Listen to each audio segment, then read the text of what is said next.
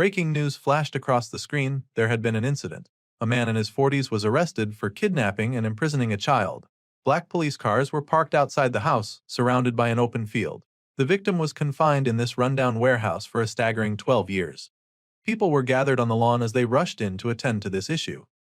The police had successfully detained the suspect on charges of kidnapping, confinement, and labor law violations. This news was reported all over television as breaking news, and it was covered by many headlines. For the sake of privacy, the arrested suspect was allowed to wear a face mask as the police led him past the crowd that gathered to take pictures. The media was, of course, desperate to get a nice scoop on the news. They wanted to know if the perpetrator knew the victim personally before committing the crime. They also asked important questions like who was the first to report the crime, while the police dutifully tried to push them away from the door. The poor victim was showing signs of hearing and speech impairment. This made the authorized suspect that the perpetrator was aware of this beforehand when planning the crime. They'd been able to cut through the lock where the poor victim had been confined, and they opened the door of a dark room to see stacks and stacks of books. When they were rescued, they found that the warehouse had been flooded with countless books. And seated on that mountain of books was a youth who was still trying to read in that dark room.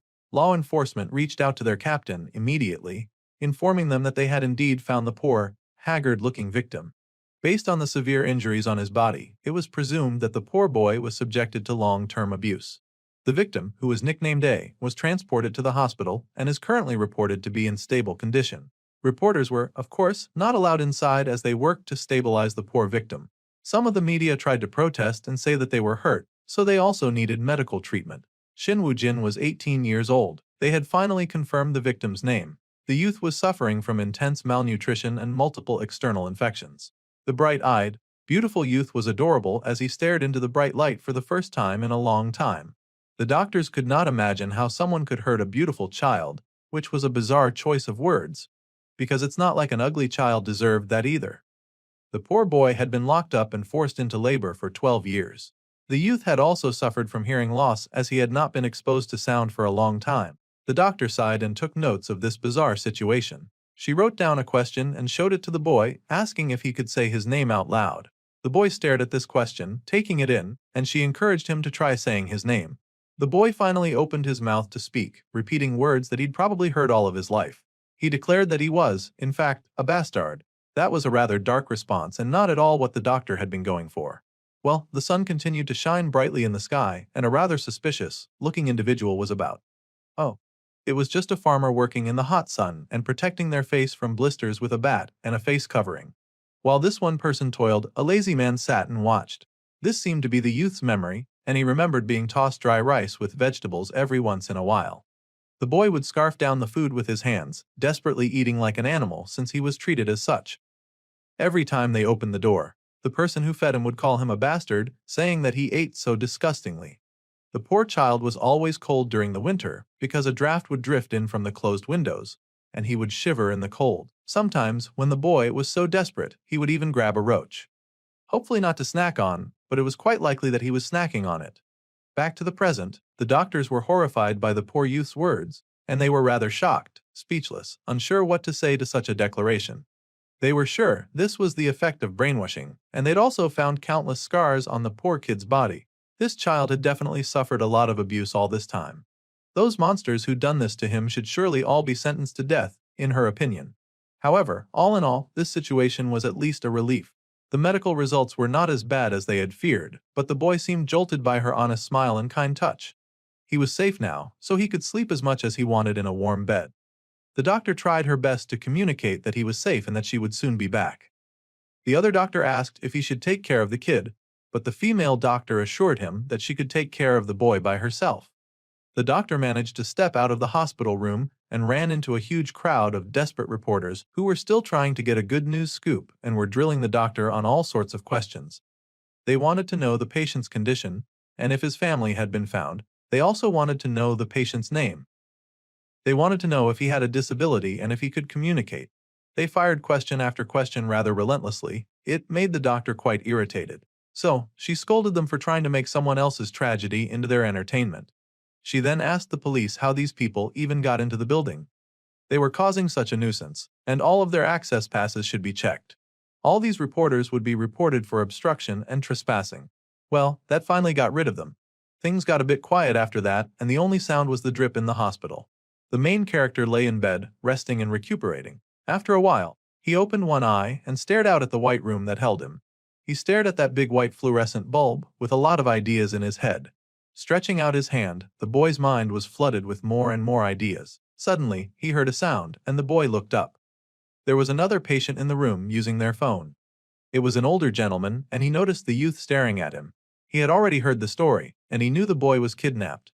The poor child had a rough life, and he felt sorry for him because he knew the child's life would be tough due to his extra disabilities. The boy stared silently at the old man for a while, but he could see the name and all the information about the other patient that was placed by the man's bed. He even knew the guy's height and weight. Just by looking at the man, he could tell that he was left-handed and constantly dehydrated because of his dry skin. The man was oblivious to this as he was busy having a lot of fun just using his phone. The man had no watch marks or rings, so he clearly worked a physical job and had no spouse.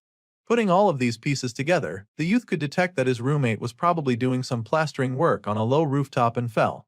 As he fell, the left-handed brain instinctively directed his left foot to land first, but the femur couldn't withstand the force of the impact and shattered, protruding outwards. The main character could imagine the man's scream of pain like he'd been there to witness the accident. He could even guess the most appropriate first aid in that situation.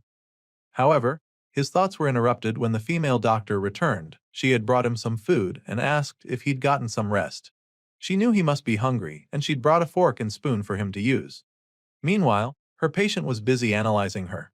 The boy thought that the doctor was a man, and he noticed the doctor's drooping eyes and crow's feet at the edges. The boy also noticed how their cheek muscles lifted upwards and noticed the symmetrical smile. It was a genuine smile and a sign that this man did not see him as a threat. The doctor handed him the spoon and encouraged him to eat as much as he wanted. No one would scold him. The boy was shocked by it and stared at more food than he'd ever been given in captivity. The boy gulped, and the doctor explained that it was hospital food, so it might not taste great, but she still encouraged him to eat a lot. Well, the boy gripped his cutlery and got busy.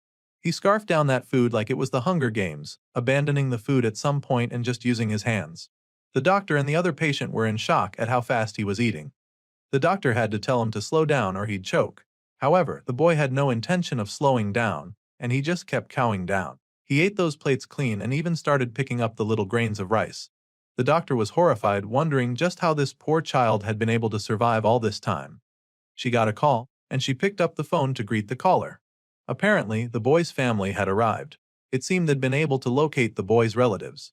The doctor excitedly told the youth that his mom and dad were here. The youth calculated her eager smile. He recognized the titles of mom and dad. The people who had come should be his family. The doctor happily told him that the doctor would bring them soon. The youth watched the doctor leave in awe, speechless as she left. Time passed in the silence, and he wondered how long it would take for his parents to reach him. He started counting the seconds and then the minutes. Suddenly, a voice said that it would make sure that the main character could hear them. The boy was confused as his senses became even clearer. His eyes widened as his brain activity intensified. He kept thinking, and he listened closely, watching the movement outside the door. His eyes widened as the people came closer. He could hear them now. He could hear the very step of the person's heel on the floor. That sound traveled all the way to his hospital bed. It was like a sound arrow speeding right to him. The boy's eyes widened as his hearing suddenly got so much better, and suddenly everything sounded so much louder. The patient's stability was their top priority. They needed to make sure that he was not startled. The boy was speechless as he listened, and then they were getting ready to come in. His eyes widened, and he stared at the people who came inside. A woman and a man. Their faces brightened with smiles when they saw him, calling him Woojin. They rushed to him, calling him their son, even though the doctor had told them not to startle the poor boy. The boy stared at the two people coming in close with their arms open for large hugs. It surprised the main character to be embraced by a loving mother and a joyous father. The woman was pretty, so she looked a little like him, and he had his father's hair. They both celebrated saving their beautiful child, crying their apologies for not keeping him safe. They were grateful that he was unharmed and thanked him for coming back. Their cries and love and adoration were loud, so loud in Woojin's ear that he finally got overstimulated and pulled away from them in pain. The boy covered his ears, staring at them in fear as they asked him what was wrong. They were concerned, asking if he was okay, but the noise they were making felt overwhelming, and the boy cried out. It was loud. The sobbing, the crying, the shouts of joy and relief at seeing their son. All of this noise was much too loud for the little boy, who had just regained his sense of hearing. The sky was bright and blue over a brown apartment complex, and it was a bright new day in a new scene. A lady was just wrapping up a phone conversation with her mother. Seated in her house, she admitted that she had cleaned it all up and then ended the call. After the call, the girl sat in silence and wonder.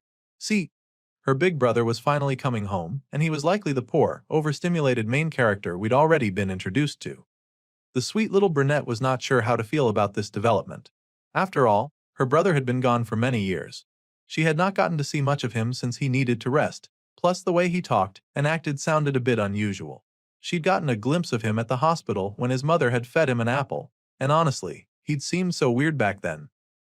She'd only been a baby when he'd been lost, so she had no childhood memories of her brother to reflect on either. She had seen pictures of where her brother had been forced to live. It was a warehouse, and she could not imagine being stuck in a place like that for 12 years. The smart brunette easily reasoned that she would also be weird if she'd been stuck in a place like that for 12 years. Fortunately, the boy had seemed to have regained his hearing. However, psychologically, her brother was still a little weird. Suddenly, the girl heard a noise that startled her. Her parents had arrived pretty fast, and they had also brought her brother home. This was a huge moment for the small family, and the young girl came over to welcome her brother home. The mother guessed that the young girl must be starving, so she would get started on dinner. The father also smiled and called for Woojin to come inside. The rescued boy stepped into his home for the first time in 12 years and met his little sister.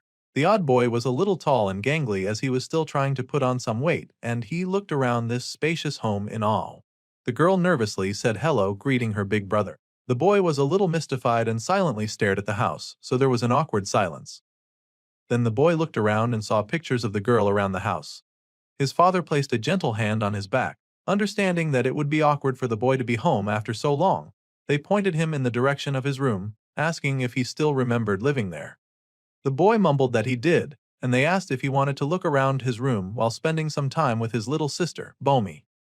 The young girl was surprised, but the parents encouraged the siblings to get closer and spend some time getting to know each other. The sister wanted to help prepare dinner instead, as she was still rather nervous around her brother. However, spending time with her brother was considered part of helping, so she couldn't say no. Without further ado, both siblings were pushed into the room to spend some time together. The girl tried to protest, but it was too late. Soon, the mother got busy preparing dinner, and she set the pot on the fire to make some delicious food for her two precious children. While all of that was happening, the siblings stood awkwardly in Woojin's room. The awkwardness was even worse than the girl's imagination, but she tried her best to endure. The boy stared at something in his room and at his neatly arranged bed. He recognized a bed, but he'd never had one before, as he'd been forced to live on top of books all of his life. He also recognized the window next to the bed. All of these were things he'd mostly read about in a book. He knew the private computer and the chair as well. Everything around him was a little strange, but it was his. This was his room. The girl nervously talked to her brother, and he turned his full attention to her. It caught her a little off guard as she stared into those big, soulful eyes that almost mirrored her own. The brunette ended up crying because her brother looked so much cuter in person than he did in the hospital. Now that he was cleaned up and getting his bearings, he didn't look so weird after all. The girl nervously called her Appa, deciding to teach him how to use a phone. Right now, the phone that she gave him was turned off. However, she could show him how to hold it to turn it on. The boy listened attentively to the teachings of his sister, practicing and learning. She taught him their parents' numbers as well as her own so that he would always be able to contact them. She deleted her number, so he encouraged him to try saving it. The boy was in awe and tried speaking again. Speaking was something he hadn't done a lot in captivity, so he was still adjusting to it. His sister had no idea what he'd just said, and she sat there looking very lost and confused. Then she realized that he was telling her that he understood her instruction. Bomi appreciated that, but Woojin did not need to use such formal language when talking to his little sister. The boy struggled to show his understanding, using the words he was more used to using with the people he'd lived with. Bomi fell silent as she realized this was something that might take a while. Deciding to move on to other topics, she asked him to try turning on the phone first. So, Woojin did as directed. The youth stared in awe as the phone began to load before him, producing bright colors and an interesting figure. Then she taught him how to make a new contact and save her number. He listened attentively to everything that she said. The little sister called out her number, and he got to work writing it down so that he could save it. She watched in awe as he picked up the instructions pretty fast, laser focused on doing exactly as she told him, and she was surprised that this was his first time using a phone. His fingers moved even faster than hers did when she used a phone. Woojin was just worried about whether or not he'd done it correctly and followed her instructions. The little sister encouraged him, telling him that he'd done quite well, and that he was very smart. It seemed her brother was the kind to pick things up so quickly. Now, she would teach him how to search for stuff on the internet. The boy was curious and confused, but he was ready to learn that too. So, she showed him how to do a search on the internet, showing him how he could type whatever he was curious about. Once he typed the magnifying glass, lots of interesting answers would pop up. The youth stared at the phone in awe. Just like last time, his sister let him try to search for himself. The brother was curious about many things, so as soon as he got the phone, his fingers started to move really fast as he typed what he was curious about. Apparently, the boy was curious about his family. Tapping on images, the boy saw various wonderful images of families loving and being there for each other. It was a series of soulful and beautiful pictures that he could not really relate to since he'd spent his whole life locked in a cage. He took note of the happy mothers and fathers in the picture. Then Woojin turned and recognized Bomi as his little sister. She was his family. Everyone in that house was his family. This was his homecoming, and the lady who smiled so happily and brightly at him was his family. The boy fell silent, looking up in surprise while his sister stared at him with a curious expression on her face. This scent, coming from his sister, he recognized as perfume. The origin of perfume dates back 5,000 years ago. It was first used in religious ceremonies as a medium for communication with the divine. They would burn fragrant wood back then. Today's perfumes were a blend of various aromatic compounds and solvents. They were also used to appeal to others or create a personal image. Just remembering all the knowledge was like being transported. Ask about that ancient time, and Woojin stared in awe. The brother pointed out now that he scented a really strong perfume, and this surprised his sister. The boy stood and followed this scent of perfume, and this alarmed Bomi, who asked where he was going. The brunette called out to the youth in surprise, and he seemed to pause. She had called him brother. However, Woojin could not be distracted from the really important situation, which was the sweet smell that came floating to him. This scene was indeed incredible, and the boy stared in awe at all the plates that had been set out. It wasn't perfume that had such a sweet smell after all. His deduction this time had been wrong. All of that delicious smell from the food left the youth in awe. His mother noticed him and happily invited the young boy to dinner, saying that he must be hungry. He was indeed hungry, and he sat to eat. The dad had even made the kimchi stew, and it was apparently so good that a person would not even notice if they died while eating the food. At this point, it sounded almost dangerous to eat the food, and Woojin wondered if he'd die while eating it. However, the statement was just a little joke from his father. His sister was invited to watch, and they all sat down like a family. There was food pushed on the boy's plate, and the parents encouraged him to try some of that nice food. The family stood around each other and chatted happily, feeding and welcoming home their new son as they encouraged him to try all sorts of food. The rescued boy was struggling with his table manners, so a bit of food flew here and there when he spoke while eating. However, Woojin was having the time of his life around these three happy people. This beautiful picture of this family was filled with light and bright vibes. Suddenly, little splotches of darkness started to appear. These splotches quickly rose in a trickle and then a wave of darkness that consumed this happy moment. A threat lingered outside of this beautiful scene.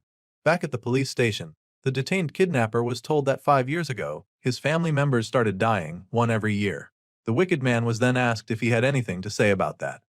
The first to die was his wife, the second was his mother. Both corpses fell to the floor. The sister-in-law died from consuming a poisonous plant, and the two others close to him also died. The suspect was stuck in the police holding facility. Speechless and haggard, the man swore that he was not responsible. However, the authorities could not believe it. It was much too odd that mysterious deaths kept occurring around him, and they were sure that he was responsible. How did everyone die, and only he survived? Still, the suspect insisted that he was not responsible for those deaths. The police were sure that he was just refusing to cooperate, so they called on the detective. There was always the possibility that the suspect being questioned was not the killer. The detective found that hard to believe, and asked what the suspect was talking about. The suspect slammed his hand on the table, accusing the person he'd fed and given shelter to. Yes, this lousy kidnapper was blaming his victim for killing all the people around him. The man was handcuffed, crazy, and deemed delusional by the authorities. The detective cursed at him, telling the suspect to watch his tone, and an assistant came in, trying to encourage everyone to relax. The suspect insisted that no one understood the kind of monster that boy really was. The very smart boy that they had kept locked up in the book room for 12 years had not just been idle. He had sat using the very low light from the window, and he'd read each book cover to cover. He flipped through each page, reading about autopsy and learning all about human anatomy in the darkness of that room. The suspect insisted that the victim was indeed being subjected to all of this pain and suffering, and lightning had flashed in the sky over the shed on one dark day. The day that the creepy little victim focused very closely on the book that he read. It was evening at the beautiful block where Woojin's family lived at. It was a rather peaceful evening, and light could still be seen in the window of Woojin's room. The youth was sitting at his table, still trying out all of the wonders that he could get from this new and fancy device that his sister had handed him. With a smile, she told him that a lot of people watched a video app. This app was red in color and filled with all sorts of skills and information. It was the first time that the little genius was gaining access to any form of video learning, and he was amazed. He watched an interview with a man with wonder. The man was out to watch a play. On instinct, the boy greeted the video and tried to say hello. Apparently, the video had been trending a lot. Taking hold of the video cursor, the boy pushed it back a bit so he could echo the words that were spoken by this very interesting gentleman. Slowly but surely, Woojin began to practice how to say hello. Very carefully, he sounded out the words to himself. Learning how to speak, he practiced because he wanted to properly greet his dear family. So, the youth practiced hard. Then, he stared in awe when he saw a fancy plate of tteokbokki mukbang. It looked so delicious. There were some ladies eating that on their tube channel because they had been craving it all week. The food was very good and chewy. It was also full of a lot of flavor. This was so amazing, and she gasped at the beautiful stretchy cheese. The man's mouth began to water as he stared at them eating, thinking it was rather amazing and delicious. There was a loud knock on the door, and the youth was startled. His little sister had come over that morning, and she wanted to know what he was doing and if she could come in. Sure enough, he invited her in, and Bomi greeted him with a smile. The boy asked if she needed help with something, and the girl was surprised. The boy was used to getting called when people wanted something from him, so he asked if his sister wanted him to do some cleaning or something like that. The sister was surprised and quickly dismissed that line of thought. He did not have to do all that. She had, in fact, come to call him to ask if he wanted to go out for ice cream. The boy was surprised and echoed the word. Ice cream was super cold and delicious. She loved it, but she also suspected that he had never had it before. The sister took his hand and pulled him out to meet his parents. Of course, the parents were rather concerned when they saw their children heading out, telling them not to stray far and to only go to the ice cream place. They did not want a repeat incident of their worst nightmares. Bomi was to hold her brother's hand tightly and to stay together with him. The girl laughed and assured her parents that they would be back soon, and her brother echoed her words. They then stepped out together to get some ice cream. It was evening, the sun had already started to set, and cars were a little busy on the main road. The name on the ice cream shop glowed brightly, and the siblings headed inside. The youth stared in awe at the bright name on the ice cream shop, truly in awe of such a beautiful and bright sign. Inside was even brighter and more colorful. It was Woojin's first time to see so much produce in one place. His sister called out to him to keep up with her so that he would not get lost. She encouraged him to pick whatever he wanted to eat. The boy was amazed to see so many flavors of ice cream. The sweet girl giggled at his confusion and asked if he wanted her to help out. So, they both stared at the fridge of ice cream for a hot minute as they tried to select the perfect flavor. Then, she grabbed one, saying that it was quite tasty. As the two walked to the counter, she wondered if she should let her big brother pay for the ice cream that they bought, since he was older and all. However, she decided that it was too early to rush his learning, and they would take it slow. So, she took the boy's ice cream and handed it to the cashier so that they could pay for it. With all of the ice cream paid for, the girl waved goodbye and told them all to have a nice and wonderful day. A bunch of school girls were eating ice cream outside and were quite surprised to see the pair. It was the worst. Those girls were eyeing the handsome brother. It was much too early for him to deal with the trials of girls just yet. His sister was cutely teaching him how to open the ice cream, unaware that there were a bunch of girls ogling the beautiful boy. They were quite excited and wanted to ask for his number. They even wondered if that was his girlfriend next to him. Mind you, Bomi could hear absolutely everything they were saying, and she felt rather smug about it too. Then, she told her brother to give his ice cream to her. She would open it for him. He much appreciated the assistance since he was struggling with the wrapper. The girl beamed and told him that he did not need to thank her, and she loved showing off in front of those other girls anyway. With the ice cream open, she handed it back to her brother, telling him to try it because it was super cold and sweet. Woojin took the ice cream in his hand and took a bite. He had been learning to eat things slowly, so he did not rush. Those dull eyes of his brightened in awe and wonder when he took just a bite of that ice cream. The boy could not believe what he had just tasted, and for a moment, he shook with awe. It was a whole new world of sweetness and treats opening right before him. He had never tasted something so splendid in his life. Bomi was worried that the treat had been too cold or that it tasted weird. If he did not like it, he did not have to force himself to eat it. However, the boy slowly said that it was tasty. This adorable little treat was so tasty. In fact, it was super tasty. The boy had never had anything like it, and he was in awe. His eyes watered with emotion, and he happily ate the ice cream with glee. The sister laughed, wondering when he had learnt that new word. Since it was so good, she advised her brother to eat slowly so that he would not choke. Then she had great fun calling him Appa in front of the girls, because they'd have no idea that they were biologically related. Her brother slowed down a bit, and she laughed with fondness to see him follow her instructions. Then, she suggested taking a picture of his first ice cream date, perhaps to further infuriate those leering girls. They took a bunch of pictures together, their cute, similar eyes being highlighted in a lot of them. So, they went on ahead, saying that they would eat while they walked. Later that evening, the sun kindly set over their sweet and gentle household. The two siblings were still walking back home with their ice cream treats in their hands. Bomi had sent the adorable ice cream picture to her friends, and they adored her brother, even begging her to switch with them so they could hang out with him. The girl was amused as she texted them back walking home with her brother. Suddenly, Wooin started to get left behind, and Bomi did not notice because she was focused on her phone. She kept going, not aware that her brother was not following her. See, Woojin had noticed something. A suspicious-looking man was standing nearby, and this man was watching his sister. This strange-looking man was focused a bit too much on Bomi. His eyes zoomed in on her legs as she walked. He even dared to stare at her behind like a lecherous pervert. That awful stalking man was like a hyena in the wild, doing as he pleased and preying on those who were not aware of him. Naturally, Woojin could not let that kind of behavior slide. The man's hat had lots of marks, and he narrowed his brows in concentration. His eyelids were tightly pulled, and his pupils were dilated. On the way home, their family did not realize that the odd man had been following them. This meant that they did not know him, and he was an unwelcome presence. The man was not from around here, so he had come with a specific purpose in mind. Besides, that odd and very suspicious-looking man was going to great lengths to not be seen. The odd man made eye contact with the boy and realized with horror that he had been spotted. The boy still took notes of the man, noting that his armpits were soaked with sweat, and there were wrinkles on his pants' knees. There were also pedal marks on his shoes. The width of the pedal marks was narrower than that of a bicycle, so the man clearly drove a motorcycle. There was no dirt on the ground around here, which meant that he had come from the other side.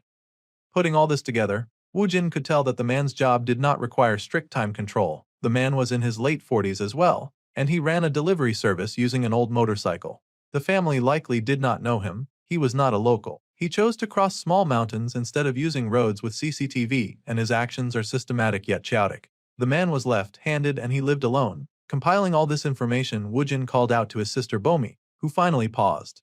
She asked why he was standing still and if he had seen something, looking around for any hints of what he had seen. He couldn't explain it, but he told his sister to just head inside first. Bomi was quite surprised at her brother's request, and she looked around, still searching for a possible intruder. She felt almost sure that he would still be around somewhere. The girl once again asked her brother if he had seen something, but he still insisted that he wanted her to go inside first. Well, it was much too late at night to leave him outside by himself. Besides, if she went inside alone, their mother would surely scold her. After all, they had only just gotten back their son. No one wanted to lose him again.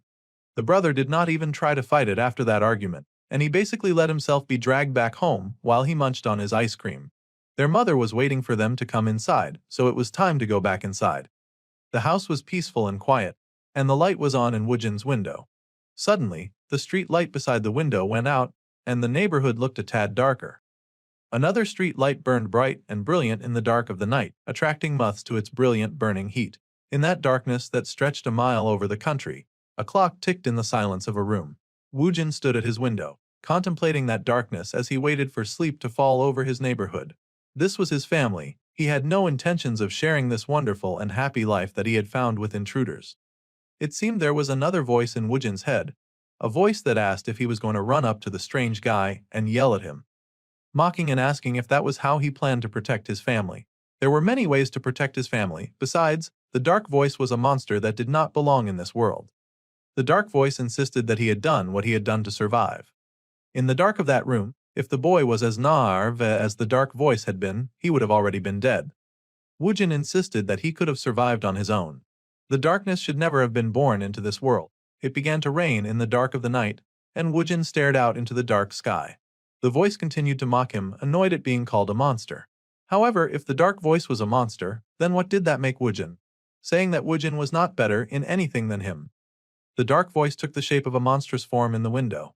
The boy replied that he had his body and he was the master of this body. The darkness was just another self that he had created in a moment of desperation. The darkness laughed, asking the boy if he thought he was the complete opposite of the darkness that lived in him. They both shared the same body, so the darkness had the right to call that vessel his own as well. Anxiety and fear were what this monster fed on. Whenever fear and anxiety crept in, this monster would take over him like he was possessed. However, now, Woojin could control the darkness. He could summon it from his subconscious, and he could maximize his knowledge. Now, he and the darkness could work in tune, almost one and the same. The fierce beast with sharp fangs that lived within him could still be tamed. Today, he called for the darkness to come forth. There was an ugly beast hunting his family, and he would not let that slide. Woojin's bright eyes dulled when the monster took over, cracking his neck and stretching as it took over his form. There were bright lights still on in the neighborhood outside. Even now, in the pouring rain, an unwelcome figure stood near their home. The creature smiled to see that their target had been so kind as to present himself before them. The boy turned towards his door. He was apparently going to leave through the front door, but there were a lot of problems with that. He very quietly opened the door to his home and stepped out in the quiet of the dark. Somehow, it seems he succeeded, and the rains kept pouring down from above. The neighborhood was covered in the light rain, which fell over every roof. As the rain came down, the monster came down to meet his target. The boy stepped out till he reached the last floor, and he turned to the strange figure that was standing in the rain. The man stood there, silent under his dark umbrella, wearing dark clothes even in the dark. The boy did not falter in his steps as he walked right up to the man, and the man tried to turn his face away, still avoiding conflict at this point in time, despite being a shameless stalker. That was embarrassing. Well, the boy walked past him, deciding to let the man let down his guard a bit. He caught some of the rain in his hand, admiring the gift from the universe. Even hiding one's presence was a skill. The man was well prepared, and he planned this exact day. The man was shocked to see the boys peeking at him, asking what he meant. The monster was not amused at all, complaining that the stalker was making this whole thing a bit boring. The man was speechless and alarmed, then he asked the kid who he was. The man's grip tightened on his umbrella. That was rather dangerous. The monster smiled, mocking the man's question. The lights went off on that corner of the neighborhood, and the creature laughed, saying that question hurt. The creature knew this man well. The man had jjajangmyeon for lunch after all. The man delivered food, and he crossed hills on his motorcycle. The man was shocked by this in-depth analysis, and the boy stepped closer. He knew that this person crept around their villa like a stray dog, and only his sleeves had cat fur on them. Then, the creature asked if the man had killed a stray cat as practice. This person sneaking around their neighborhood was a dangerous individual. The man's eyes widened in horror, shocked at all the accurate deductions, and he asked just what the creature was. The boy ran his fingers through his hair, and he smiled, his bright red eyes now looking deadly instead of cute. He could speak very well as the monster, and the intense rain continued to fall when the boy kicked the stalker in his stomach. The man crashed to the ground, falling with a groan of pain. The street light flickered back on, and the man's face was now exposed while the boy backed the security camera. The man was shocked, staring at his attacker in horror, and he gaped when the boy opened his shirt to reveal many scars. The boy's beautiful and porcelain skin was littered with dozens of healed lacerations, and the man's eyes widened in fear. The lights dimmed once again, and the creature warned the stalker, telling him not to show up in front of him a second time. If he saw this stalker again, then all of these beautiful scars would be carved into the man's body. The man backed away in horror under the rain. If the man understood, then he should stop lurking like a maggot and scram already. Well, the man did not need to be told twice. He jumped to his feet and ran. The rain continued to pour as the boy stood there, watching the man flee. He had been in such a hurry that he had not even taken his umbrella with him. Well, the boy left the evidence there and slowly made his way back home, walking slowly in the pouring rain. There was a bright light over the boy, and he smiled, taking in the beautiful shine of light over his beautiful face. It was nice to soak in the rain and get bathed in the warmth of the light after a successful defeat of his foes. The rain sure sounded rather nice. Darkness fell over the neighborhood once again, except that it was free from one stalker. From night there came morning and the slow and steady transition from darkness to light. The brilliant blue sky stretched out in the morning, and once again it was another bright day for Woojin to spend with his family. They went out for dinner together and had a blast just eating hot pot. The second day, He went out with his mum and they had the legendary tiak, kakochi on a stick. The boy was excited to try that too. On the third day, he went out to watch a movie with his sister, though the boy was busy being enthralled by the sweetness and wonder of the delicious popcorn. On the fourth day, the boy stayed home with his sister and did a bit of studying. Now that he had been rescued, he had to prepare to integrate with the rest of society. He was a bit off curriculum, but fortunately, he had done enough reading in that dark and awful room that getting back on track was not too difficult. Woojin was busy doing some basic science multiple choice questions to get into the flow of things. He read every question carefully and picked out the answers that he felt were most accurate. The boy's pen moved quickly, much to the shock of his little sister as he picked out each of the answers with amazing speed, barely even lingering to think or ponder if he was selecting the right answer. Bomi was amazed at how fast he was answering, and she gently reminded him that he had to read all the questions before answering, and he could not just guess them all. However, he gently assured her that he had read them all. The sister laughed, wondering where he even learnt to say that, and wondered if she had made a mistake in teaching him about YouTube. It looked like he had just guessed all the answers, but she should at least teach him how to check his answers to make sure that they were right. So, she sat by him and decided that they would check them together. So carefully, they checked each of the answers that he had selected for each question, checking to see if he had picked the right or the wrong answers. To the girl's absolute surprise, all the answers that her big brother had selected were in fact correct. He was outstandingly correct. Bomi asked if he had really read each question before answering, and he admitted that he had. Then he asked her if he had done well. Now the sister was amazed and she pulled out even more questions, asking him to try that too. The boy agreed and got to work. Just as quickly as he had filled in the last questions, his hand moved fast, and he answered all of these questions too. It was amazing for the young girl. Then, she took the questions he had answered and checked the results. To her amazement and awe, her brother was an absolute genius. The boy countered that he was not a genius, and that he just wanted to be normal, which was rather adorable, but a genius was a genius. The sister was surprised at his request to be normal, and he said that it was hard to be normal, but he still wanted to be. At Bomi's age, no, when she was even younger, she had lived a sweet life with her parents. However, her brother had been kidnapped. Her sweet brother had been beaten up by strange men, and he'd been forced to do all sorts of awful chores. The boy would shiver in the cold while surrounded by a mountain of books, struggling to stay warm. Her big brother had suffered a lot in his childhood, and her sister had tears in her eyes because she knew that it would have been tough. The boy noticed that her pupils had lowered, her eyebrow muscles lifted, and her eyelids were relaxed. The corners of her mouth had also drooped, and she was about to cry. The boy stood and gently patted his little sister's head, telling her not to be sad. Then, he went back to the table to scribble out a few things. She was curious about what he was doing, so he handed her a little something that he had written. The girl's eyes widened in awe, and she stared at the words that he had put down. Bomi noticed her brother was busy writing, and she asked what he was doing. The boy was writing very quickly because his sister was sad. As soon as he was done, he handed his note to his sister, and she gasped when she saw what he had written, her eyes wide with surprise. Her brother encouraged her not to be sad after all, a lower body temperature could weaken her immune system.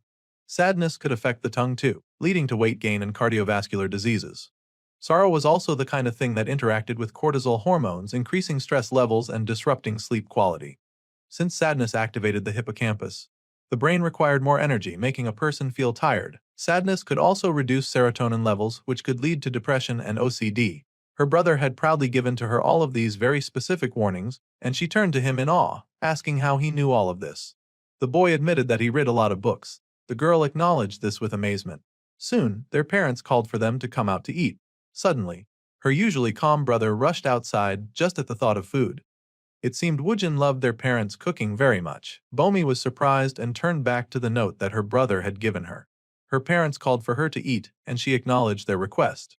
It did not take long for evening to descend on the simple household once again, and Woojin happily went back to monitoring the YouTube channels. The boy favored the food channels and loved seeing all sorts of delicious foods. He bet that they all tasted amazing. He flipped from one video to another in awe, his eyes wide in wonder as he spent a lot of time learning on his phone. There were so many different types of food to try, and they all looked so unique and tasty. His favorite YouTube host was at it again, and she happily greeted her viewers with a smile. Today they were going to try out mala soup. She had already had dinner, so she would just have a small portion of the soup. To this lady, a small portion meant 10 servings of mala soup. She really loved to put things away. First, she would start with the wide glass noodles, and she scooped up these unique noodles with her chopsticks. Woojin watched attentively as this stranger ate. The host chewed on the noodles, trying them out. She had ordered the spiciest level, and it was indeed very spicy. She thought that it tasted great, and Woojin was now curious about what it tasted like. Then it was time to try the corn noodles. She picked up the much thinner noodles, gasping when a few heated pieces fell on her hand. However, she assured her viewers that the texture was incredible. Now, they would wrap it up in a cabbage, like wrap. Woojin's eyes widened in wonder as he paid attention to each of her instructions and listened closely to her direction. This host was a rather popular YouTuber, and she had many videos of her trying out all sorts of amazing foods. She scrolled through each one with wonder. The next video had the lady eating ramen, and she was going to boil it from scratch. He watched in awe as she boiled the ramen on a hot stove, his eyes full of this lady's face because he'd watched her so much. Then, she had to prepare before eating, of course, and let her hair down. It was a huge pot of ramen, and she was ready to eat. That girl could really put away. The boy watched her in wonder, and he scrolled past that video too after watching it to completion.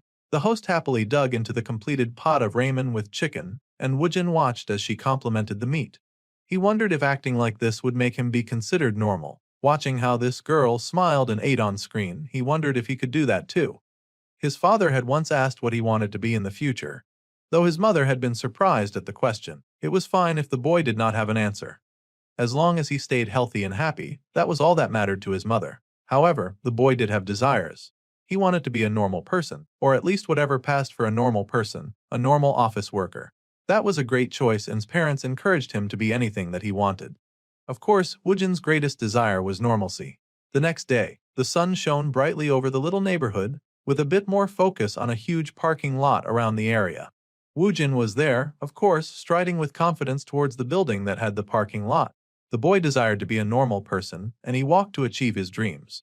He wanted to perform a rather normal action. The main character had decided that reporting someone seemed to be a normal thing to do, so that is what he was going to do. The youth walked into the police office, overhearing an interrogation going on, and someone denying their guilt. A police officer insisted that all of the evidence was caught on CCTV, so he was sure that the suspect before him was the culprit. Even with this evidence, the suspect dared to deny his guilt. The man across the table was bewildered, and he insisted that it wasn't him. He did not even wear hats like that. The police officer grunted in annoyance that the suspect would not admit it till the end, even though they had a witness. The man was shocked and asked who exactly had seen him when he had not even been there. There was no way that someone had seen him. Suddenly, the youth appeared in the room and called out to greet the detective. The detective looked up, rather surprised to see a boy standing in the middle of his office.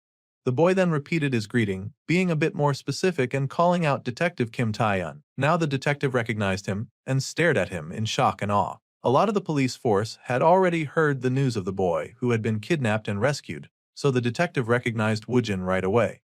The boy had grown so much in speech that the detective had barely recognized him. He even asked the boy if he had been doing well.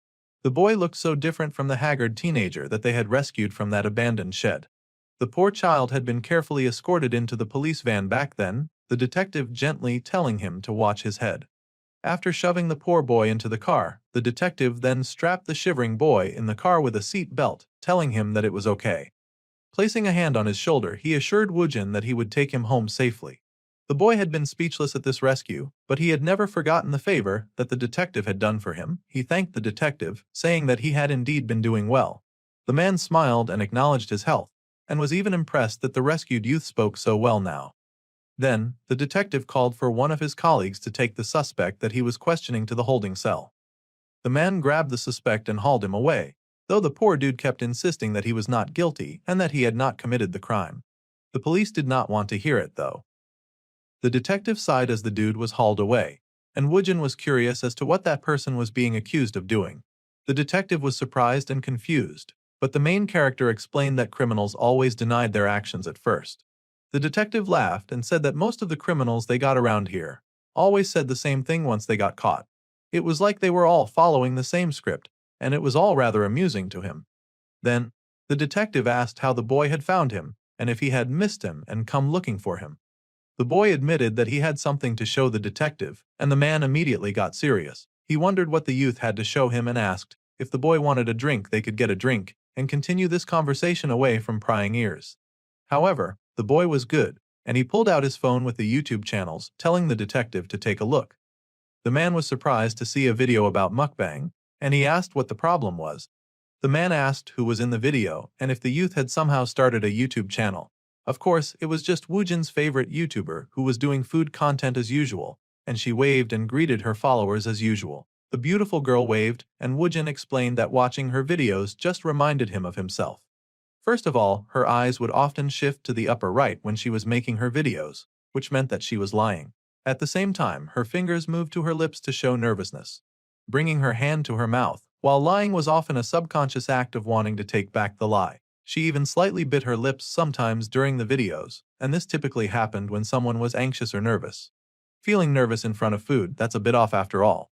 Of course, all this time, the lady could just be worried about how the food tastes, but there was something that Woojin just could not ignore. Her eyes would once again shift to the right during the course of the video. She would say that the food was delicious, but her eyes told a different story. Her words and her actions did not match at all. While she ate, she would shrink her shoulders, and people tended to hunch when they felt threatened or uncomfortable. This was the limbic system at work, triggering a natural self-defense reaction. It was a form of self-protection. Now, her eyes would move to the upper left while eating. This was not lying or imagining. This time, she was recalling a memory, but unconsciously covering her mouth, which meant that she was hiding something. Covering the mouth subconsciously often signified the intent to conceal something, whether voluntary or forced. Then, he noticed how this host would touch her necklace while boiling the water. This was either stress relief or a subconscious action to regain psychological stability. The detective was speechless at this analysis, shocked at hearing a boy he'd rescued quite recently not only speak so fluently, but also make all of these quick deductions. Woojin explained that his favorite YouTuber seemed to be asking for help. He'd watched her videos enough times to figure that out, and he noticed the small S that she put on the table. She had left other noticeable signs in the corners of the video. An S, an O, and yet another S. If one put all of that together, all of those micro-expressions and unconscious behaviors, it was too much of a coincidence to ignore. That was why he had come now to report it. In other words, Woojin strongly believed that this host was being held captive somewhere, just like he had been. He had compiled all of the evidence from each of the videos that he had watched and was now sure beyond a reasonable doubt that this lady needed help. This lady had even signed various letters in each of her videos. Letters that he had caught, letters that were very discreetly in each image that passed. However, all of this still bewildered the detective, and he did not truly believe that this girl was captive. Still, Woojin was not deterred and went on to prove it. At first, she had given subtle hints through her hair, then through her hair tie. Now, it was through the background. She was showing more courage each time she managed to post a video. The detective then asked the boy to speak in clear terms about what exactly he was saying. The victim was likely in their early 20s, and the YouTuber likely had no family or grew up in a troubled environment. The perpetrators were not just one person either, but multiple. They were likely between their teenage years and early 20s as well. The ringleader of the gang that held the poor girl captive was quite likely in his 20s. The girl also likely did not graduate from middle school. The detective was still busy being slow, saying that he did not understand. Even if it was a fat chance, it was a possibility worth investigating. The detective could not believe that a young girl was kidnapped and being forced to make YouTube channels. The boy admitted that he did not know the perpetrators. After all, he was locked up for a really long time too. He had spent days, weeks, and years slaving away in the cold without proper food or a proper bed. That was why he was working hard now to save someone else from a terrible fate. That was why he could recognize the behavior of someone who was being confined. The boy then asked the detective if he thought coincidences could reveal the truth. The detective was still heavy in his disbelief era, so he still was not buying it. So, Woojin decided to bring his deductions a little closer to home. The boy could guess that the outfit the detective wore had been bought by his mother. After all, his own mother had bought all of the clothes that he was wearing, too. The detective was surprised at this accurate deduction, so the boy explained that this was just the first coincidence. Just now, the suspect may not be a professional, but he was likely passionate about playing the violin or the viola as a hobby. Woojin could tell this, and the detective was surprised to hear that the culprit could possibly play an instrument as a hobby.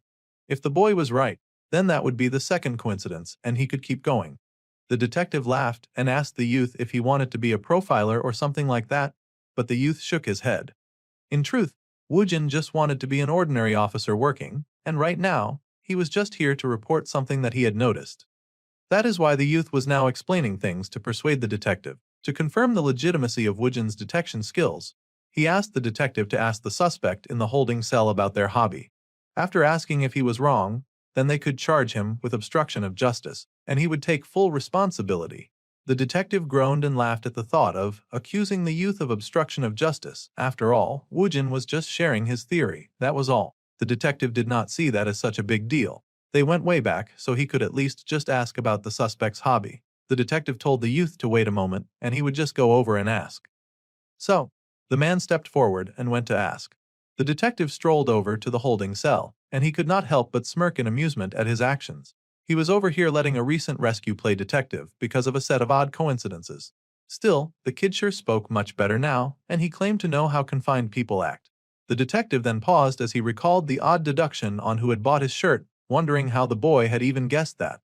Well, the detective would not linger on that, and he got to the holding cell, calling the attention of the suspect. Just for the sake of it, he asked the man behind bars if he played the violin or the viola. The man was confused, but he explained that he did do that as a hobby. That was two coincidences. And the detective's eyes widened in shock. The chances of a punk like that playing an instrument were slim, but the e-boy had guessed it in one glance. The man behind bars angrily accused the detective of investigating him thoroughly and even searching his house. However, the detective was speechless, wondering if Woojin was somehow psychic. He had just been casually interrogating the suspect when the boy had come in that afternoon. The boy had not even once spoken to the suspect, and the detective had been surprised to see the boy come into the room. However, Woojin had only needed one glance to draw his conclusion. The suspect had a light mark on his face that indicated headgear, a turtleneck, or a violin. It was also likely that the suspect wore a motorcycle helmet, with a mask and shaving cream. He also had string marks on his fingers, so he could be a fisherman, electrician, jeweler, guitarist, tailor, or violinist. Pulling all of his deductions together, the most likely answer was surely a violin and a violinist. Thus, the youth had made his conclusion that the mark on his chin was from the violin, and the string marks went well with that theory. The detective returned to where the youth was waiting, but Woojin had already left.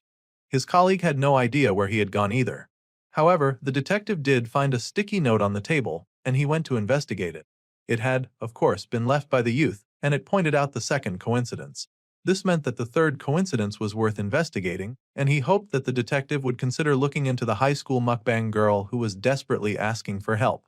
It was a bizarre array of events and coincidences, but at this point, the detective could not overlook it.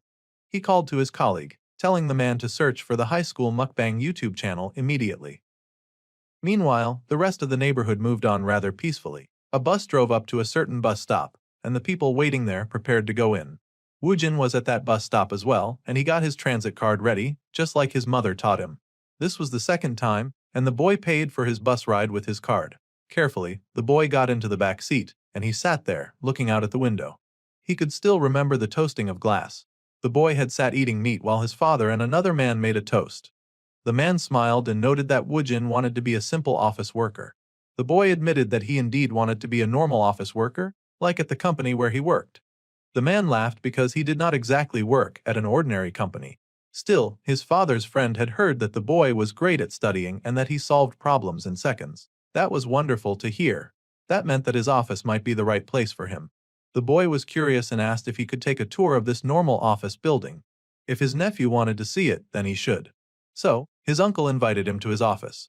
The day he promised to visit was that day, so Woojin noted that he would be at the office in 4 stops. Each one would take about 6 minutes, 10 minutes, 7 minutes, 9 minutes, and it would be a total of 32 minutes to get to where he was going. The office building was located in a giant, tall skyscraper. The boy called out to his uncle that he had arrived. The man on the other side of the phone said that he would be down in a second, and Woojin stared in awe at the giant building ahead of him. He had finally arrived at the Shenhua General Trading Building. It was a true large conglomerate, with many normal office workers going in and out. The boy stared in awe at all the people who walked past him, and he saw all the normalcy around him. It was his dream to live normally, just like these people.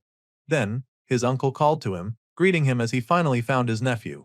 He called the boy to come inside, as he should wait in the lobby instead of outside the building. The main character was grateful for being allowed to visit, but his uncle said it was nothing and was happy to give him a tour. So, they both headed inside. The lobby within was as large as one would expect for a company located in that giant building. It was rather fascinating, and the boy was impressed by the construction. There was a cafeteria in the basement, and this was the SH Shenhua's headquarters. They would also have branches across the country. Gwangju, Pyeongtaek, Daejeon, and Busan all had branches there. His uncle was impressed that he had looked that up already, and the boy admitted that he had. To live a normal life, he realized that he needed to know a lot. That was why he thought that being normal was harder than it seemed.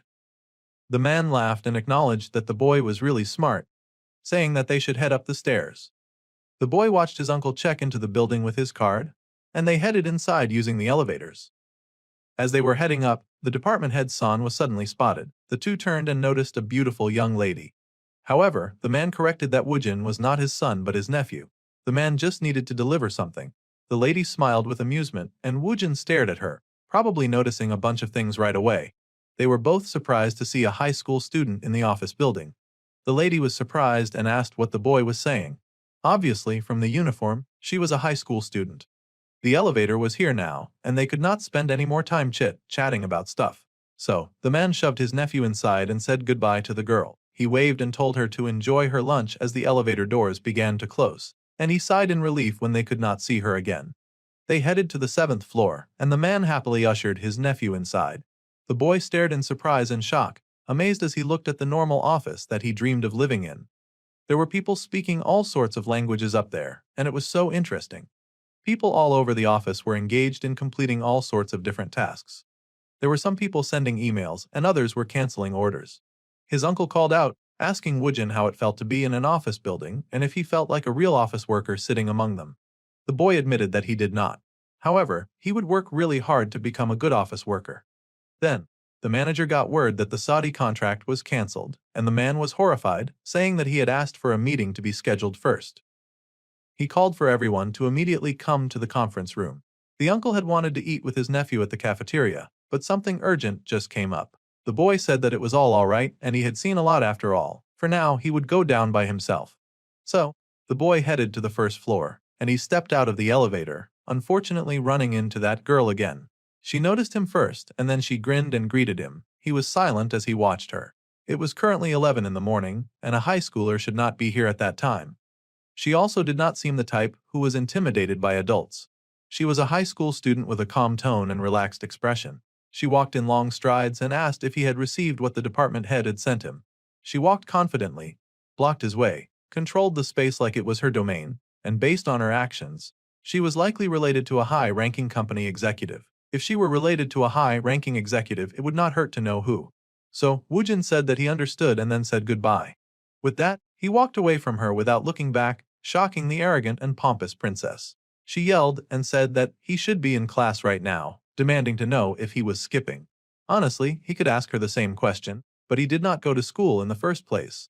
With that, he was leaving once again, and he turned around to walk away. Of course, she did not like being interrupted, but he did not like wasting time. He saw no benefit in talking to her, so he wanted her to kindly stop bothering him. The girl was shocked, but he knew that when a person dismissed people like that, they would feel the need to prove their worth. Now, he wanted to know who she had connections with. Thus, the girl declared that she was the CEO's daughter. Woojin had now successfully tricked the young lady into revealing who she was by pretending that he felt like he was wasting time with her. Also, saying that he thought that he had nothing to gain. Naturally, this motivated the pompous peacock girl to then reveal her true nature as the CEO's daughter. Now that was an impressive figure, and it was just as the youth had expected. At times like this, it was always best to open his eyes slightly wider and part his lips just enough to look rather surprised by this. The girl was now thrilled, believing that she had caught him off guard, and she smirked haughtily, asking him if she looked different now. The girl stalked around him, taking note of his shoes and his clothes. She seemed to be doing some kind of assessment, not that the main character appreciated it. After revealing her identity, the girl was now shamelessly inspecting him as if he were someone beneath her. She had quickly regained control of her emotions and once again asked about school. Since he did not go, she beamed and told him that she was bored, wanting him to hang out with her. Her dilated pupils shifted slightly upward to the right, and the corners of her eyes drooped slightly as well. Her lips curled up like a sneer. This was the picture of greed. Having identified her position, the girl now saw the main character as no more than a toy for her to play with.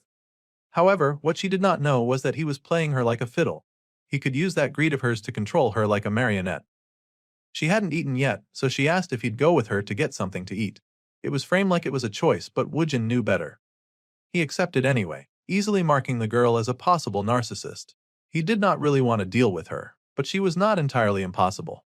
Of course, the CEO's daughter took the lead right away and chose where they would eat. She didn't even give basic location details before leading the way. The world evolved around her. The restaurant of choice was rather large and already populated with a few people here and there. The girl then turned her attention back to the main character, asking if he was studying to be an idol since he wasn't going to school. However, the boy denied that. So, she asked what he did then. The boy explained that he studied and he was preparing for the GD, likely a special exam. Then he asked about her and asked why she was not at school. The girl flipped her hair, mumbling about how she got leave because of that day. Her pupils shifted left, which meant that she could be lying about that. She brushed her hair back, an unconscious reaction to stress. People experienced unconscious stress when they lied, so that was a possibility. Naturally, Woojin was curious about what she meant by that day. Suddenly, it clicked, and he realized it was the monthly shedding of the uterine lining in response to hormonal changes. Indeed, the poor, horrified girl was on her period, and the waiter came over to ask what they would like to order. The CEO's daughter was thrown off by his very casual response. Her face turned red before she ordered 2 course meals. Once again, she had not even slightly considered that he might want to choose his own meal. She had a strong desire to dominate others. The CEO's daughter only just remembered to ask his name, and he admitted that he was Woojin Shin. She then proceeded to analyze his name, saying that it was not bad. At any rate, she was Lee Hiram. Hiram took up her phone, and they sat there in silence for a bit. As time passed, the silence started getting rather awkward for her, and she stared, wondering why her entertainment for the day said very little. The boy admitted that he just did not talk much. The waiter came over with the soup just as Hiram waved her hand and knocked into the poor server. It nearly spilt the soup over, and the rich girl let out a screech like she was the victim. The waiter hastily apologized, she did not mean to startle them, and the rich girl huffed in annoyance. Hiram said it was fine, letting the waiter apologize on and on. Woojin watched the sullen waiter walking away and noticed that she was a rather sensitive lady. Besides, nothing much actually happened, so Hiram had not needed to make such a huge fuss about it. Naturally, Hiram huffed and said that day just made her a little testy. She was bringing that day up again. And Woojin found himself wondering once again if the girl was just lying. Her rubber band fell when she tried to fix her hair, and the girl sulked internally that this was just not her lucky day. She reached out to get it and was surprised when he put his hand by the edge of the table so that she would not hit her head. Of course, the rich girl was somehow oblivious to this and could not understand what he was doing. That was cool, though since he explained it to her, she eyed him suspiciously, and he stared back blankly. She must have had a rough day after all, and the girl protested, saying that he was acting like he knew everything. Well, he did not know everything, but Woojin was rather good at reading people. Her face looked a little tired. Hiram huffed, telling the boy to worry about himself instead. His face was so pale that he was practically see-through. Then, she told him to try out the soup before it got cold. He was pale because he'd been imprisoned for 12 years, but he did not feel the need to mention that. Instead, he took a sip of the soup and was immediately hit with wonder.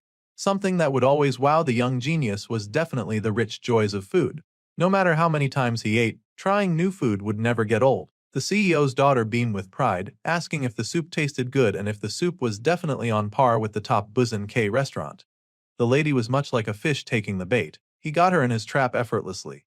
If he backtracked from there, repeating the other person's words would help to build rapport. So, he asked about the K restaurant and who she had gone with. The lady beamed that she had gone with an old friend called Kim Yena. Naturally, he had never heard of her. The girl protested that the actress Im Yena was very popular, and the main character went with his approach of repeating her words, just saying that he had never heard of her. This annoyed the CEO's daughter, who then asked if he even watched movies or YouTube. This was regression therapy, reviving past memories through questions to evoke happy emotions. So, he said that it must have been nice to see the ocean. The girl beamed and she added that she'd also loved the fireworks bursting over Gwegendageo Bridge. It had been like a painting of pure art. Her body and brain, reminiscing about the past, were then flooded with dopamine and norepinephrine. In that moment, it felt like she was in a movie. The human brain could not distinguish between reality and imagination, like how just thinking of a lemon would make a person's mouth water. That was the state that the CEO's daughter was currently in. She was lost in that wonderful moment when she had seen the fireworks. Though she was sitting with him, she spoke as if she was watching fireworks on a yacht. Just by leading her memories and listening, he could become a source of her joy. In this state, he could even ask her about the heart-shaped fireworks, and she would laugh gleefully about it. He listened intently, and she insisted that it had been hilarious. He pushed the memory further, though, guessing that it was literally a heart-shaped firework. Their main dish was prepared and ready. What a sorry plate of food it was, but the main character made a show of enjoying this high-quality food so much. Then, she asked if he had traveled anywhere, and he admitted that he'd never engaged in travel. The last course was mango sorbet, and she insisted that he should definitely go. Last year, they went to an island called the Hullbox. The boy continued to mention random words to trigger more nostalgia from her, like Mexico, the state of Quintana Roo on the Yucatan Peninsula. She smiled and praised the beaches of that state, and said that the night sky was packed with stars. It was almost like an aurora. She also recalled the beautiful shimmering waves. Suddenly, her eyes widened when she noticed the boy stand to his feet, saying that he needed to study. The girl was surprised that he needed to go all of a sudden when they were just having fun. Then she asked if he was doing some kind of shady stuff. Obviously, he would not admit even if he was doing shady stuff. At any rate, he had to study for the GD, so he bid her farewell and went on his way, much to her chagrin. She told him to wait, and he did wait, much to her surprise. Hiram could not believe that he wanted to leave like that, and she even asked him for his number.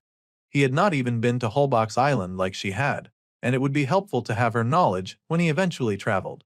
She knew all about hotels and stuff, and she even knew all the best restaurants.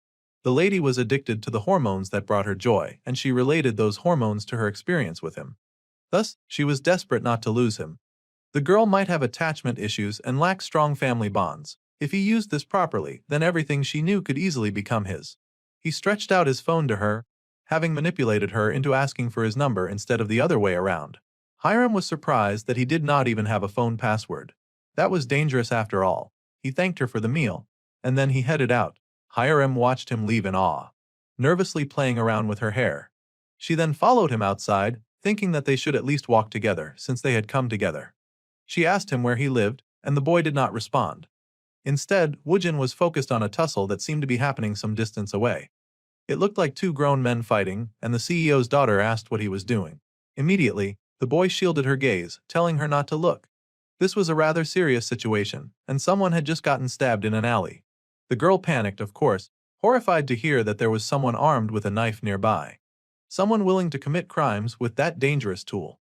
The villain with a knife took off on a run once he realized that he had been spotted, and the boy stared at him, taking in details of everything that he knew about the attacker. Then, the boy raced ahead, heading straight for the abandoned victim. Living a normal life was all that Woojin wanted.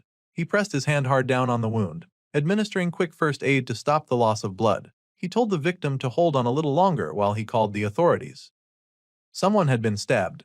He asked for the police to come in, too, and sent the location of the restaurant. The man's pulse was rapidly increasing, which meant that the cerebellum was working to increase the heart rate due to blood loss. The boy asked what the man's blood type was. The internal bleeding was rather severe. The victim managed to mumble that he had a type B, and the boy narrated that over the phone. A stab wound to the abdomen. There was severe hemiperitoneum, which meant internal abdominal bleeding, and the man needed an urgent transfusion. The people on the phone asked for a repeat, and the main character paused. Using layman's terms, he explained that the victim had lost a lot of blood and they needed a transfusion while being transported. His blood type was B and he had been stabbed in the abdomen. They needed immediate aid. They tried to tell him first aid, but he was already doing it, and he needed help to get there quickly.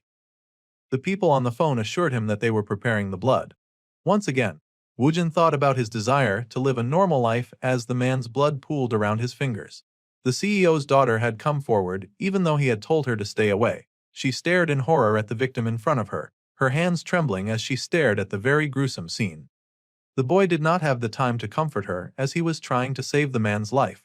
He could not help but think that living a normal life was indeed very hard. Fortunately, it did not take too long for the police to get there, and siren wails could be heard all through the neighborhood. The ambulance was there, and the police were there.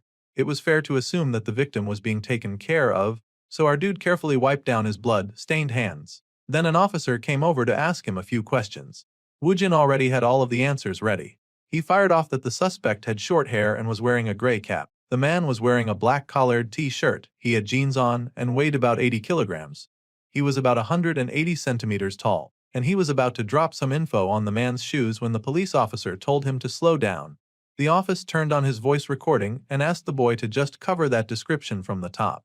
So, the boy did as needed, and the CEO's daughter watched from a distance, clearly rattled by all that she had seen so far.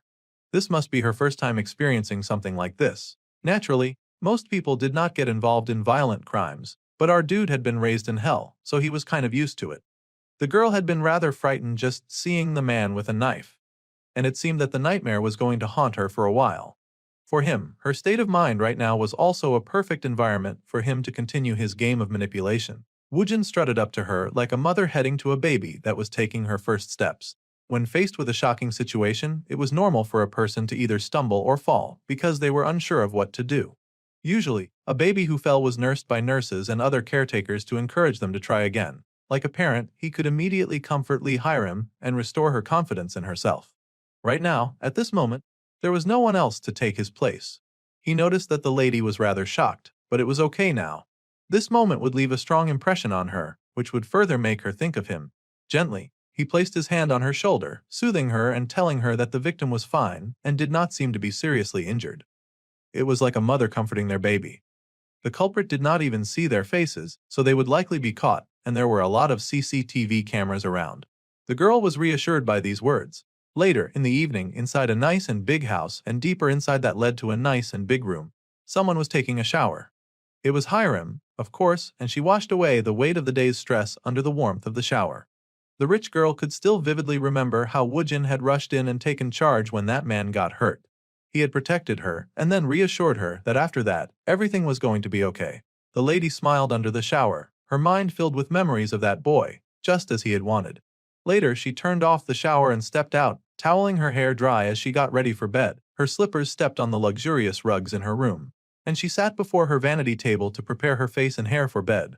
The lady then glanced at her phone and recalled that she had, in fact, never gotten a chance to ask. Meanwhile, back at Woojin's side of the neighborhood, the window of his bedroom showed that the lights were off. The main character was in bed and watching his favorite YouTube video as always.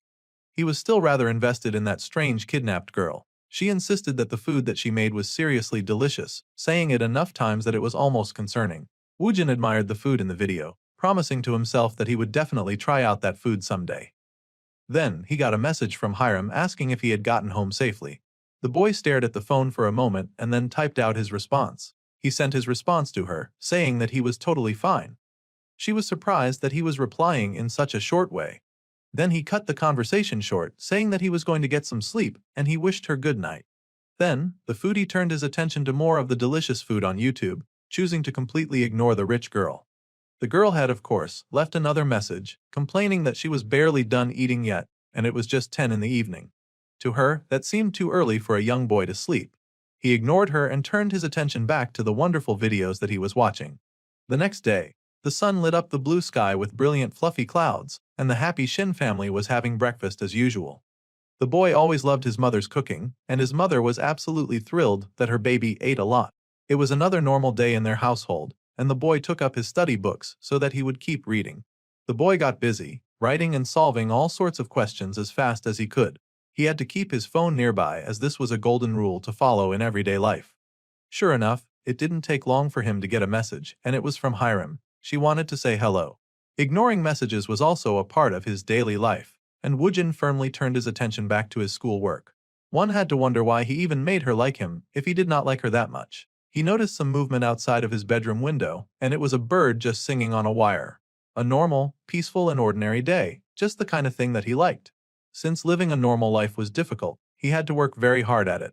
The boy got a phone call, so he had to stop his studying for a moment to pick up the phone. To his surprise, he got a message from manager Kimmy, Young from XX Capital. The man was calling regarding business or money fund loans. The boy paused when he got this call. He stood in excitement, thinking that he might have just won something, but it was very clear as a scam call. Woojin was so smart, but sometimes he was oblivious to this kind of thing. Fortunately, he had a general idea that this was a phishing scam. He kept a serious face while the man on the line told him that he had about 100 billion. The boy gasped in awe, and then he hung up because that was the proper way to handle scams like that. He got a call immediately after, and he was about to pretend it was a system error when he realized it was a call from the police. The boy immediately got serious as they asked if he was Shin Woojin, and he confirmed that he was. The caller asked if he was okay, and he assured them that he was fine. Then he was called to come into the station for a brief statement as a witness. So, the boy closed his door and prepared to leave his house. He was the only one left at home anyway, so leaving the house was rather easy. Woojin slipped out, closed the door, and opened it again for another peek because he was a little suspicious. He stared at the hallway in the normal house of his normal home, mumbling that he would be back. Then, he closed the door. This time would not be like the last time when he got abducted and tortured by horrible people. This time, for sure, he would be back. He would return every day to his happy and shining household without being late for dinner. With a very reassuring thought, Woojin left his home and made his way to the station as required. The sky looked dark and cloudy over the police station, different from the usual bright and sunny days. The hallways also looked rather dark due to the intensity of the situation. As mentioned before, it was because of the hat that he had snatched it, and he just went with his gut feeling. So, the police kept adjusting the image that they had drawn out, asking if it now looked more like the suspect that he had seen. The boy noticed that they had arrested someone who seemed to be the suspect. They asked the boy if he wanted to hear the man's voice, so they let the audio from the interrogation room seep in. The man was protesting and insisting that he was innocent, of course. It occurred to Woojin that it seemed the police just went about randomly grabbing people if they thought they fit a suspect description. The poor man insisted that he was not the one who committed the crime, but Woojin could see past lies and false denials. He focused his gaze on the man before him, registering the man's face in his eyes and making necessary comparisons to the man that he had seen before. The suspect insisted that he had never met the victim before, so he had no reason to hurt a random office worker. As the man spoke, Woojin studied every part of him closely, from his facial measurements to his nervous habits. He could tell that the man seemed to be lying, and the man was very obviously a terrible liar too. That was kind of embarrassing for him. The boy paused in his analysis and the police waited for his verdict. They wanted to know what he thought after hearing the man deny being involved in the attack. Well, Woojin stood silent for a moment, and then he said that the man was definitely lying. That's it for this episode. Until next time.